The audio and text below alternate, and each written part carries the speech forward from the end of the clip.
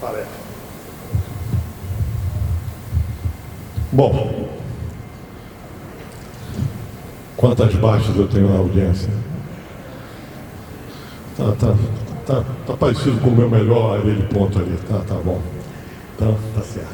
Bom, agora vamos talvez eu tenho aqui um dedo duro de tempo aqui, não tinha percebido. Temos tempo. Então, a palestra mais polêmica talvez que seja a de fatores humanos. Como é que nós tratamos os fatores humanos no Boltai? E aqui nós vamos fazer uma palestra, até por pedido do CONAPA, que mescla um pouco com aquele dos experts da CGE, da empresa que tem aquele programa fez a respeito dos fatores humanos. Mas é um assunto que tem suas nuances, nós vamos ver. Bom, parece fácil, né, construir um diagrama Boltai, né? A gente só vai ela pondo as caixinhas e os nomes, não é bem assim. Você dá nomenclatura às ameaças, você definir as barreiras, isso gera uma bela discussão. É importante ter um bom mediador, uma pessoa com um bom preparo, fundamento no método, para ajudar aos experts em segurança, os experts na operação, aquele pessoal das companhias aéreas, aquele pessoal da operação das companhias químicas, enfim, aquele pessoal que está envolvido com os perigos, com as barreiras, com os elementos de proteção. É interessante que eles participem, evidentemente, mas é bom ter um bom mediador para ajudar a colocar tudo no seu devido lugar. Não é o caso. Dá discussões bastante interessantes. Tá? Em tese, cada barreira, identificadas as ameaças, identificadas as consequências, cada barreira deveria apresentar essas 3 características. Ela teria que ser efetiva, eficaz. Por si só, ela deveria ser capaz de impedir a ameaça de resultar no top event. Isso é desejável, mas a gente vai ver adiante que não é bem o caso, particularmente no caso de fatores humanos. Pode não ser essa a melhor solução para eles. Mas, em tese, a barreira deve ser eficaz. A barreira isolada deve ser capaz de emitir. Se, por acaso, ela precisa agir em conjunto com outra barreira, na verdade, você tem uma barreira que é constituída por um sistema. Eu tenho um alarme que toca. E o ser humano é que, em função desse alarme, vai acionar um dispositivo que vai impedir que a ameaça resulte no evento de topo. A tua barreira é o sistema alarme ser humano. O alarme não impede a ameaça de resultar no evento de topo, nem o ser humano sozinho vai evitar, se o alarme não funcionar. Então, a boa técnica diz que a sua barreira é um sistema. E esse sistema tem que estar funcionando. E você vai encarar a tua barreira como um sistema. Se o ser humano não está presente, sua barreira não está funcionando. Teu alarme não pode tocar à vontade. Então é importante ter isso. Então, em princípio, a barreira deve ser eficaz. Ela, por si só, deve impedir. Ela tem que ser independente. Ela não tem um modo de falha comum com outra barreira. Não, para ela funcionar, precisa que a outra barreira esteja funcionando. Que é mais ou menos o caso que eu citei aqui. Tá? E ela tem que ser auditável. Eu tenho que ser capaz de verificar a eficácia dela, se ela está funcionando. Uma barreira que é auditável não me serve, porque eu não sei quão confiável, qual a confiança que eu posso obter no funcionamento dela, se eu não tenho como checar que ela está funcionando. Tá. Tipo de barreira. Em geral, você são 5 tipos, costuma-se classificar a barreira em 5 tipos. de hardware passivo, equipamento passivo, no caso do muro. O muro ele está lá, ele não tem nenhuma atitude, ele não deteta, não decide e não tem nenhuma ação. Ele está lá e serve por si só como elemento eventualmente como elemento de proteção para uma ameaça. Um hardware ativo, uma válvula de alívio, por exemplo. A válvula de alívio, ela deteta, ela mede a pressão, verifica se a pressão é superior ou não a um determinado valor, e se for maior que um determinado valor, ela abre.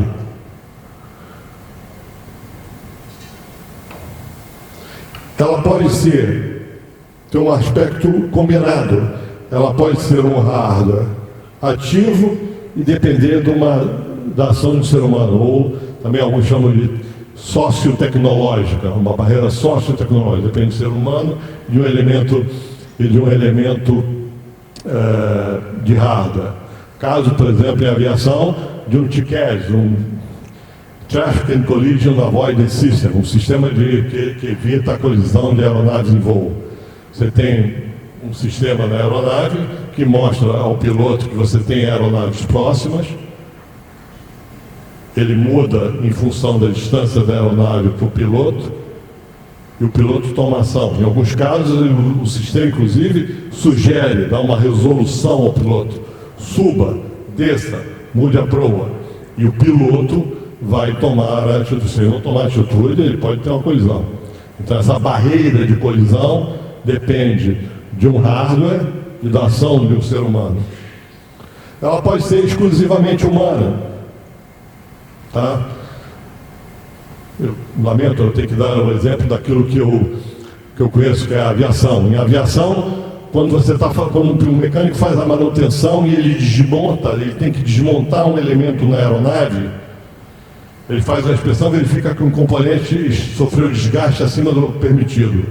Ele vai substituir esse componente. Ele desmonta e remonta com um componente novo.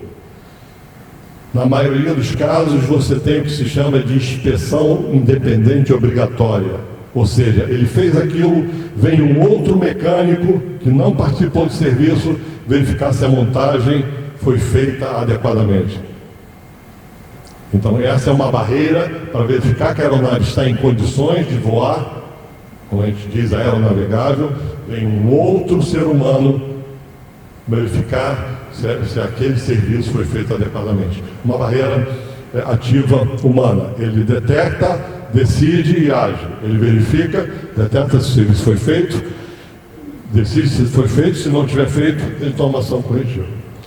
E hardware contínuo, um elemento de uma barreira mecânica ou tecnológica que está sempre em funcionamento, como, por exemplo, uma ventilação, uma exaustão de um laboratório, que você tenha produtos tóxicos. Então você tem um elemento exaustão que está continuamente removendo aquela atmosfera tóxica de uma determinada. Essa seria uma barreira de hardware contínuo. Onde é que entra o erro humano? No final de contas, quando a gente fala de fatores humanos, é o seguinte, onde é que alguém pode fazer algo que não devia? Né? Onde é que entra isso? Bem, em geral, quais são as barreiras do erro humano? Você tem procedimentos e treinamento. Aqui o erro humano. E aqui é extremamente genérico, porque aqui nós temos um problema, né?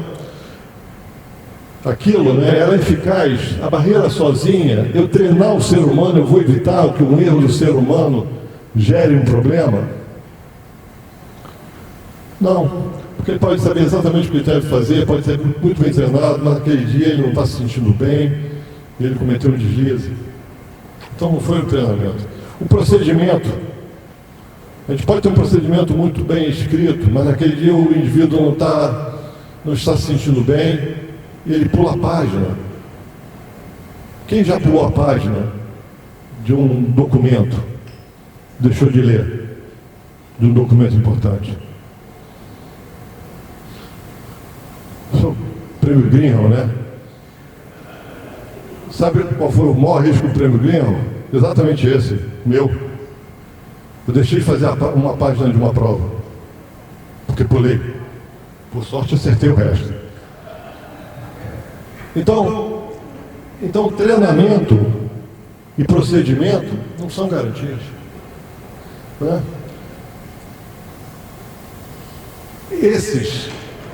Essas barreiras que a gente aplica ao ser humano, ela realmente cumpre o critério que, em tese, deveria ser aplicado a todas as barreiras? Não. Então, o que é que nós vamos fazer? Para cada possível erro humano, eu vou definir uma barreira? Complicado, né? Meu portal vai ser muito maior do que aquele, para cada elemento desse. Então, em tese, né, o que nós temos da teoria de fatores humanos é isso, que o erro humano, ele depende de uma ação intencional ou de uma ação, a gente pode dividir em uma ação não intencional, né? As ações não intencionais são os lapsos, falhas de memória ou erros de atenção. E no caso das ações intencionais, aquele caso grave, que é a violação, o indivíduo sabe que está fazendo algo que não deve. Ele decidiu fazer algo que ele sabe que é contra o regulamento, que é contra as normas da empresa. E o erro, baseado no erro. Ele fez o plano, ele seguiu o plano, só que o plano estava errado. Como é que a gente trata isso? Bom, existem duas alternativas, nós vamos mostrar aqui o exemplo que nós adotamos na Petrobras. Tá? Você pode decidir ser extremamente detalhado e focar o erro humano específico, ou você pode ser um pouco mais genérico. Perdão.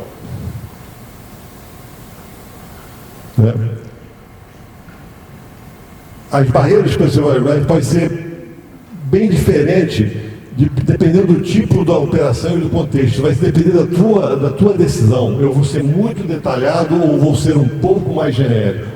Quando você for mais genérico, você definitivamente vai cair naquele problema que a sua barreira não vai ser, eventualmente não será eficaz. Ela será eficaz contra um determinado tipo do erro e vai estar englobado numa linha maior. Eu vou mostrar o exemplo aqui, eu acho que vai ficar mais claro. Aqui nós temos, como eu citei antes, um sistema de segurança que é baseado em treinamento e procedimento, mas o erro humano pode passar por um dos dois e seguir em diante. Isso aqui não garante que não vai chegar ao sistema de segurança. Por outro lado, eu posso dividi-los e para cada um, eventualmente, fazer uma barreira. Eu vou ter um bow tie enorme. Aqui, por exemplo, esse é o caso. O erro. A tripulação assume que eles estão no lugar correto, mas eles não estão. Fui extremamente detalhado, fui extremamente específico. Esse é um erro humano específico. A tripulação acha que está num ponto aí. Qual o erro que ele cometeu? Dos inúmeros erros que a tripulação pode cometer. Então, eu fui ao detalhe. E, eventualmente, essas barreiras não são eficazes. Aqui no caso, houve a investigação do acidente, nós verificamos que ela ocorreu em um acidente, falhou 14 vezes. Ou seja, é uma barreira muito pouco eficaz. Tá?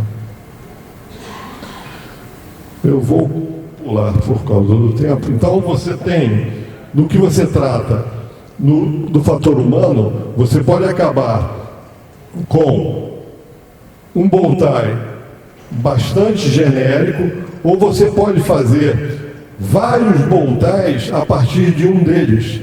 Eu pego e distribuo esse bone tie e faço um outro bone tie a partir desse aqui. Ou seja, a falha desta barreira passa a ser um outro top event. O funcionamento da barreira passa a ser um elemento, o meu perigo, passa a ser a atividade normal, e a falha da barreira passa a ser um top event. Então eu tenho um bone tie que é subproduto de um outro bone tie. Esse é o caso mais complexo. No caso da Petrobras, nós fizemos um enfoque diferente. Nós fomos mais genéricos. Então aqui, no que tange a condição insegura relacionada ao aeródromo offshore, a falibilidade humana, ou seja, a possibilidade do ser humano falhar, foi dividida em várias barreiras que não são eficazes.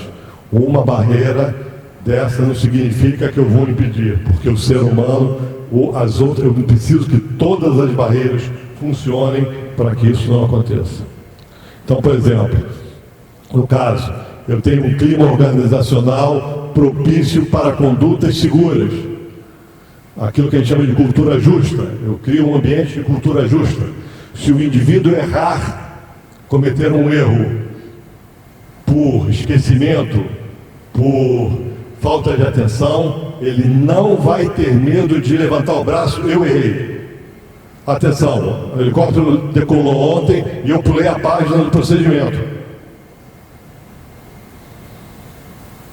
Então volta agora, ele não vai ser punido, porque não foi uma violação intencional. Esse é o ambiente de cultura justa.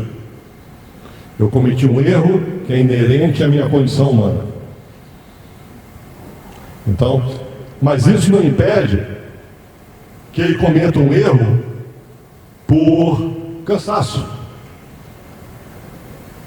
Isso não significa, ter uma cultura justa, não significa que ele vai cometer um erro por cansaço. É preciso que eu tenha recursos humanos em quantidade suficiente para que ele não seja sobrecarregado. Então nós, na Petrobras, aqui, sobre o contexto do erro humano, do fator humano, você pode ser muito específico ou você pode ser muito genérico. Isso vai depender do teu contexto e da forma como você quer encaminhar. Às vezes é um problema muito sério, muito simples, mas bem contido. Por exemplo, eu vou cometer a falta de juízo de citar um exemplo que me parece da praticagem. O prático subir a bordo. Então, é um elemento que invoca o risco. O prático pode cair da escada de Portaló, pode cair do pau de Surviola, pode ser derrubado do helicóptero, se ele estiver indo para o helicóptero, enfim. Nesse caso, se você entende que você tem elementos suficientes para ir ao detalhe, eventualmente você vai poder estudar o erro humano em cada possível erro humano que você imagina. Nesse caso nosso aqui, da unidade offshore, nós entendemos usar um enfoque genérico do erro humano. Mas, qual seria a melhor barreira para ameaça representada pela falibilidade humana? Nós estamos preocupados com isso. Nós queremos segurança. Como eu trato a falha humana? É nós gerarmos um sistema que seja resiliente à falha humana. É ter um sistema onde o erro humano seja abordado como premissa e não como um inconveniente ocasional. O sujeito não vai ter falta de atenção, porque ele está bem treinado, motivado, enfim. Não. Essas são as duas melhores defesas, a nossa sugestão para o enfoque ao tratar o erro humano, os fatores humanos no bone tie. E aqui nós vamos ver um exemplo. Vamos que um grupo de seres humanos tem um caminho a ser seguido. Aí nós temos aqui, encontramos essa placa. Olha, o caminho, quem vai para o caminho A é por aqui, quem vai para o caminho B é por aqui. Ó, aqui não é o caminho B. sejamos honestos, quem acha que isso é um exagero de segurança?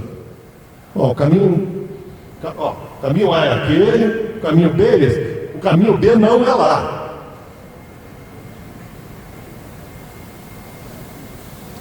Está aqui, aeroporto de Schiphol, Amsterdã. Saída, transferências, portões, transferências, não, aqui não é, transferência não é aqui, transferência é lá. Isso é real. Aeroporto de Schiphol. Por que a sinalização dupla apenas em relação à saída?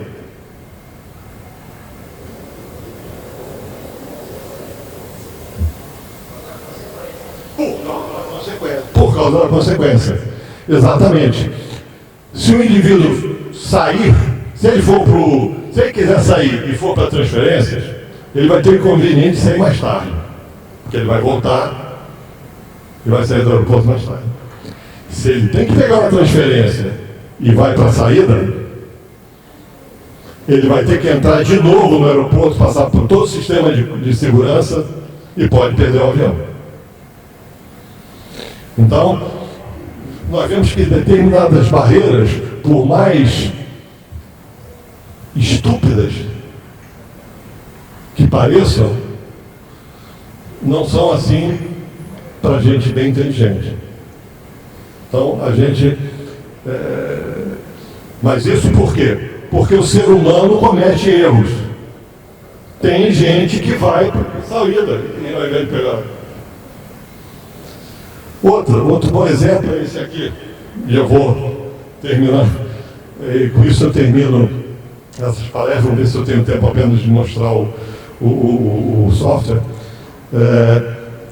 Dá para rodar o vídeo? Essa serra circular que retrai instantaneamente. Não, é só um vídeo. Eu queria antes ter um vídeo. Se você clicar ali no YouTube, não sei, mas alguém tinha dito que tinha passado tinha colocado o vídeo na apresentação, eu tinha alertado.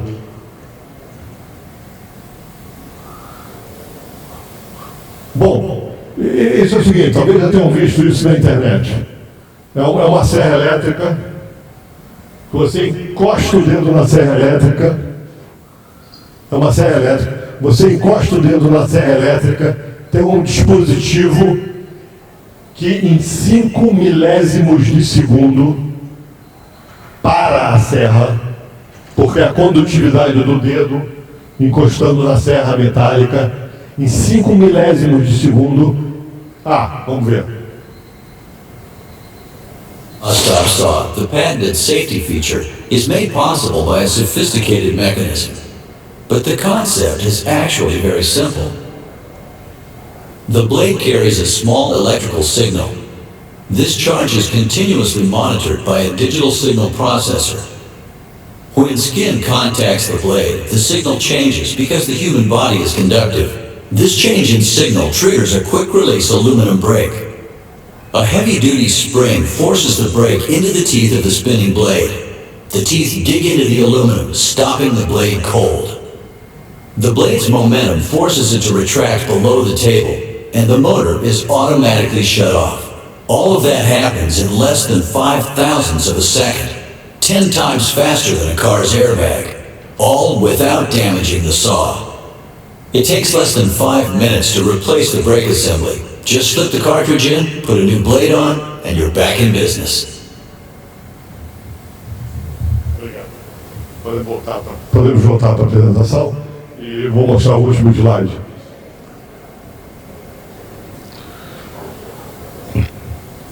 Para sua reflexão. Quantos tratamentos de anomalia, palestras, diálogos de segurança, cartazes, equipamentos de proteção individual, permissões de trabalho, serviços supervisionados seriam necessários para proporcionar, ao longo de 10 anos, digamos assim, a mesma proteção oferecida por uma única serra com essas características?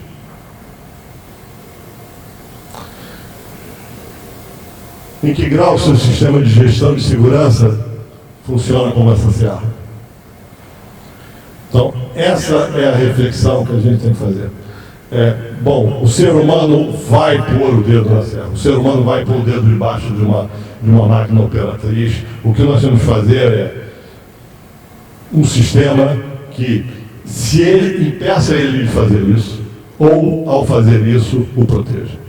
Então é um sistema que proteja do erro que nós sabemos que todos os seres humanos são capazes de cometer. Tá? Então, basicamente é isso. Não sei se a gente, com essa parte sobre fatores humanos, a gente colocou mais questões na cabeça dos senhores do que respostas, mas como é típico de fatores humanos, a resposta nos parece que não é única. Você pode seguir por uma linha ou outra, mas sempre tendo em vista que a maior segurança é essa aqui. Bom, obrigado, era isso. Será que eu tenho tempo, Sheik, de apresentar o software? Tem tempo, então?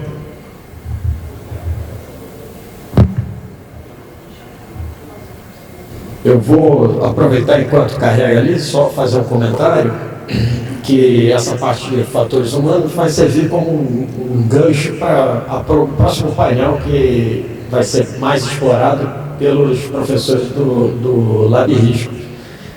E queria mais uma vez agradecer aqui a prontidão. Eu fiz uma maldade, botei ele dando 3 palestras aqui, a gente colocou ele 3 palestras depois do almoço, mas é porque nas nossos estudos a gente tem avaliado essa ferramenta como uma ferramenta que tem grande potencial para a nossa atividade.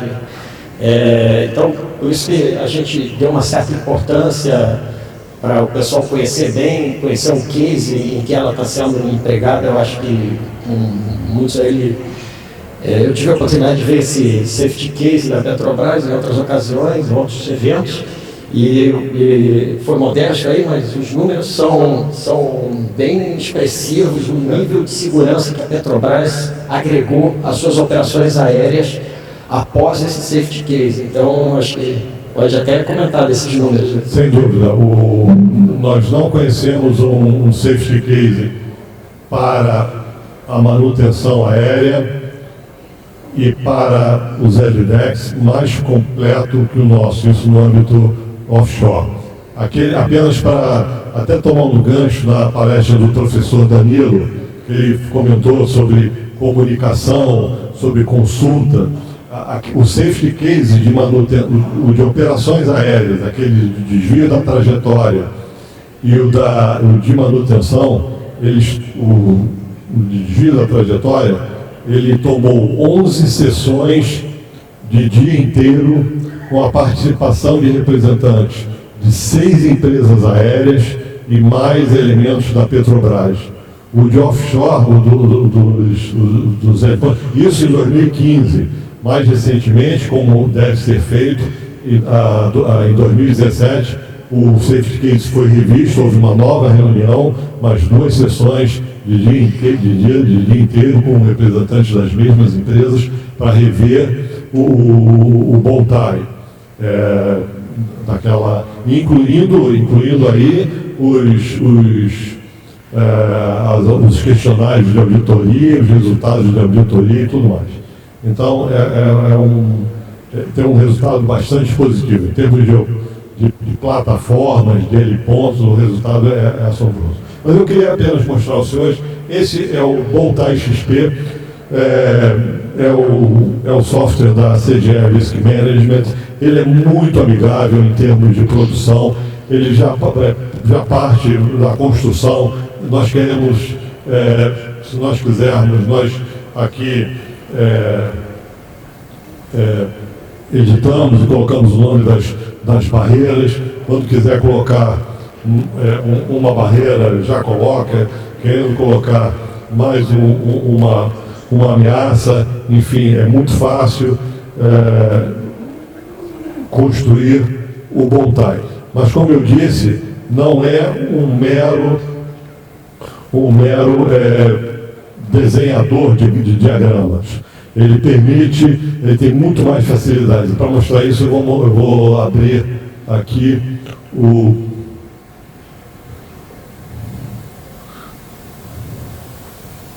vou abrir o Boltai da Petrobras.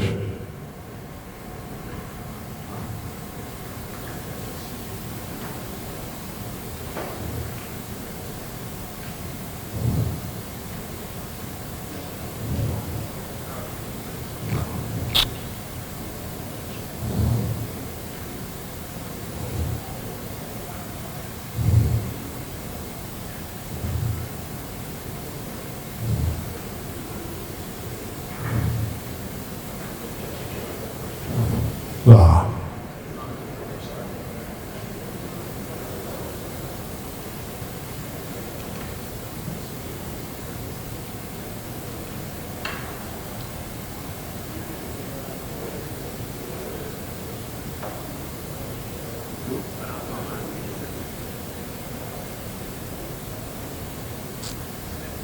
Senhores, me desculpem, eu me enrolei.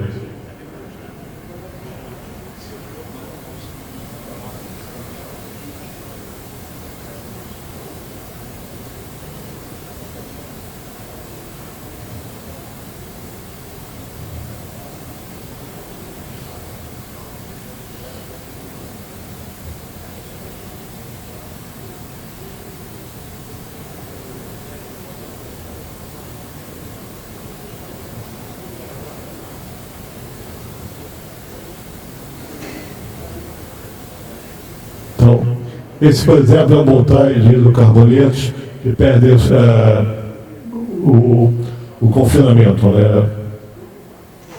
Então, nós podemos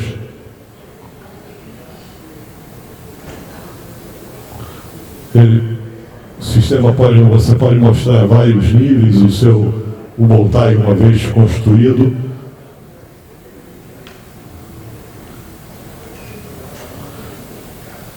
Mas você pode, a cada barreira, por exemplo, você pode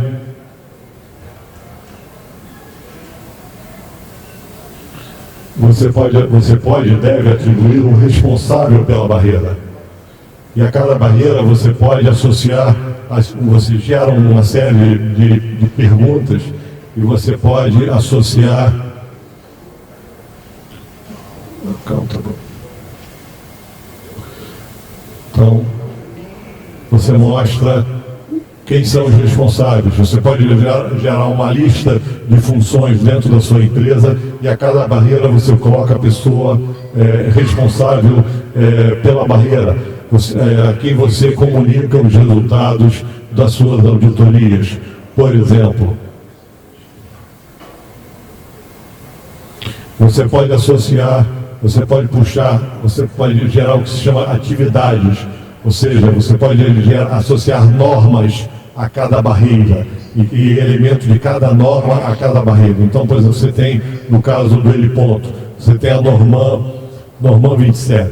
Então, você pode associar cada item cada barreira sua, você pode associar um item da Norman, de forma que facilita identificar e depois comprovar junto ao órgão regulador, por exemplo, em termos ambientais, em termos de estruturais, em termos de pessoas a bordo, você está cumprindo as normas. Quanto tempo ainda tem? Eu achei que está... Isso, tá bom. Então, vou encerrar por aqui. Depois, se alguém quiser ver um pouquinho mais do software, a gente pode mostrar. Bom, obrigado, era só isso.